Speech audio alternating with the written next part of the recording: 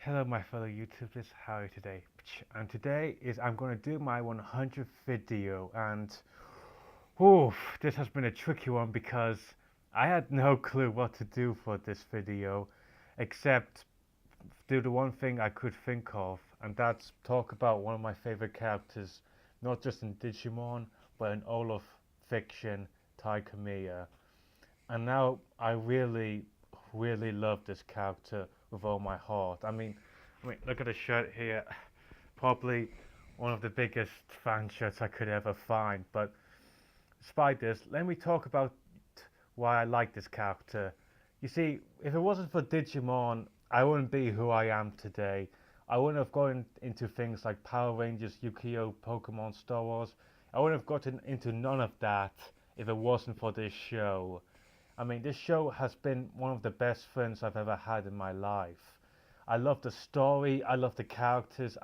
I could never ever find any fault with any of the seasons. I mean, sure there are problems, but it's Digimon.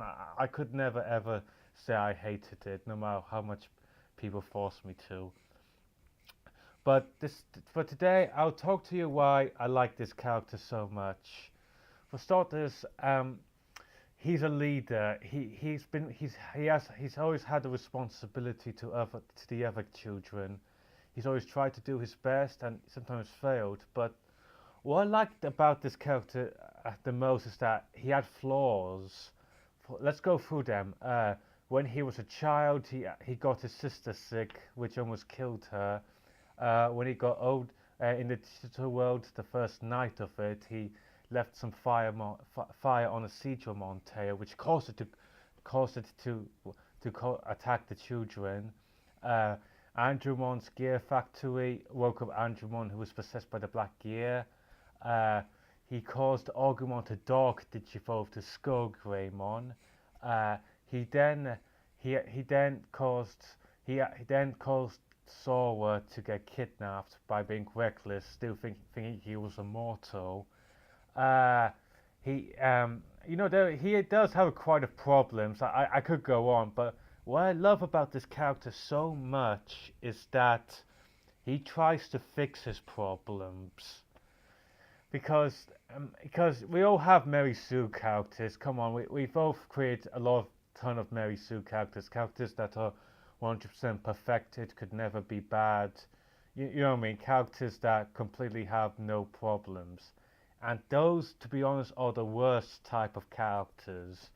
Because, in my opinion, a flawless character is a character who has the most flaws of them all. But not this character, because he does have his flaws, but he tries to fix them. For example, let's go back to Skull Greymon. When Agumon Dog digivolved to Skull Greymon, Tai had gone a bit mad with power with the crest, forcing Agumon to eat tons of food in order to digivolve to the ultimate level. But by but he thought the only way to make Greymon digivolve further was to put himself in the line of fire, since it seemed what caused the natural digivolution was if the Digimon's partner was in danger. However, this actually caused Greymon to go for a corrupt evolution known as Dark Digivolution, which was later explained in Season 2 to Skull Greymon. There he attacked his friends and just became so out of control.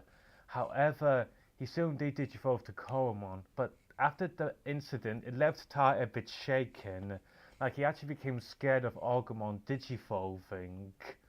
But later, they found this kind of mentor known as Piximon, who was able to get Agumon and Tai back into the steps when Tai found his past self, a child of him, trying to run a bicycle. Tai gave his past self a bit of motivation and realized that he can't always be scared of digivolution.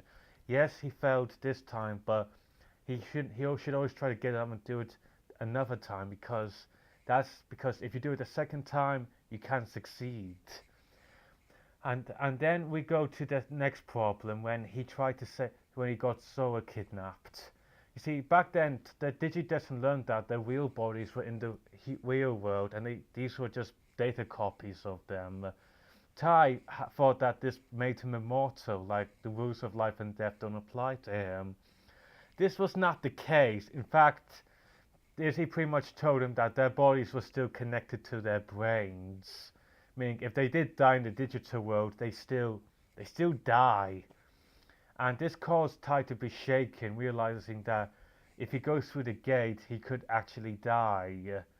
And he chickened out from saving Sora. However, the next day he became more motivated, and when he came to this electrical fence, which he became so scared of, he went right through it. And this time he didn't know where to go. Like, so any spot he picked could have been ended him dead. But he still went in. He saved Sora, and Greymon became Metal Greymon.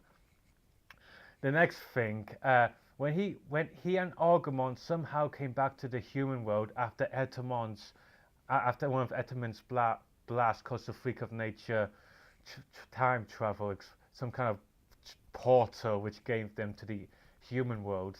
There, Tai had found out that he and the Digidestin had actually been in the digital world for 1 second. Somehow, time wasn't synchronized in the human world. The human and digital world ran by two different time slots. There we see that Tai is actually contemplating going back to the digital world. On one hand, his friends are in trouble, and if he goes back, he could save them. But on the other hand, this could have been his only ever chance of coming back to the human world. To be with his family, his sister. This could be it, but after a tearful goodbye to his sister, he realized that his friends and the digital world needed him.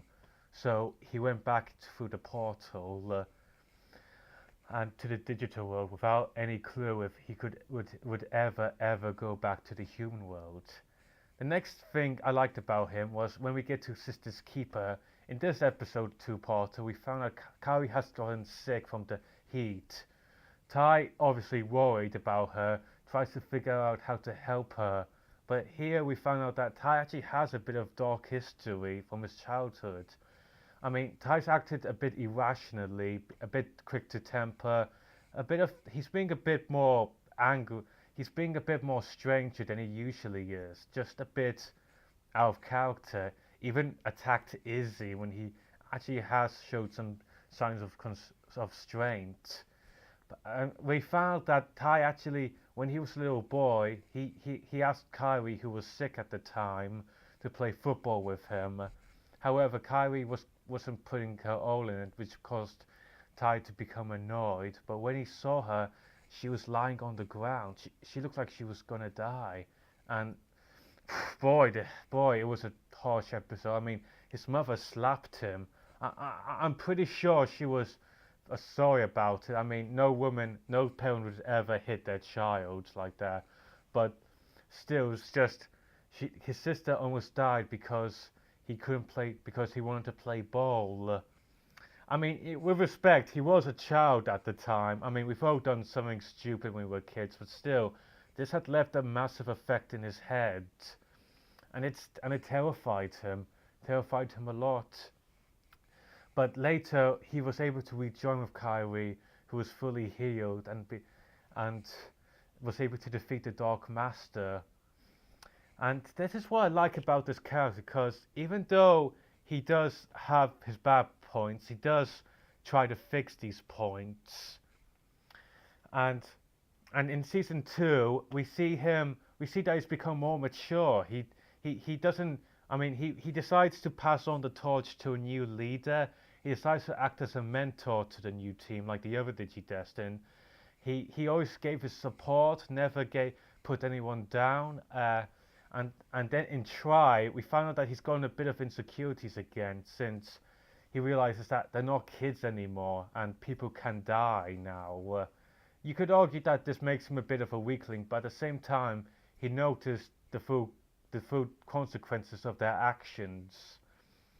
And we also see him and Matt's rivalry. I mean, these two actually have a good friendship. They're kind of a frenemy relationship throughout 1, 2, and 3. But despite that, these two have a very good relationship, which later led them create Omnimon. And this is my final point of tie. When War Greymon and Megalumon have been completely blasted by an army of Diaboromon, he still stuck to his partner. I mean, War Greymon was shattered, his eyes vanished, he was completely next to dead in the world. But Tai gave so much hope to him, and it let War Greymon still continue the fight. And that's why I love this character. I love his character growth. How he changed from this kind of hyperactive kid to a good leader, to someone who actually, to a good mentor, and to someone who actually understands the consequences of his actions. And that's what I love about this character. And I try to aim to be like this character, try to fix my problems, try to be a good role model, try to be a good person altogether. And so Tai from Digimon, thank you. You're my favorite Digidestined. You're my favorite character all time. This is my 100th video, and I will see you guys all next time. I want to say thank you to everyone.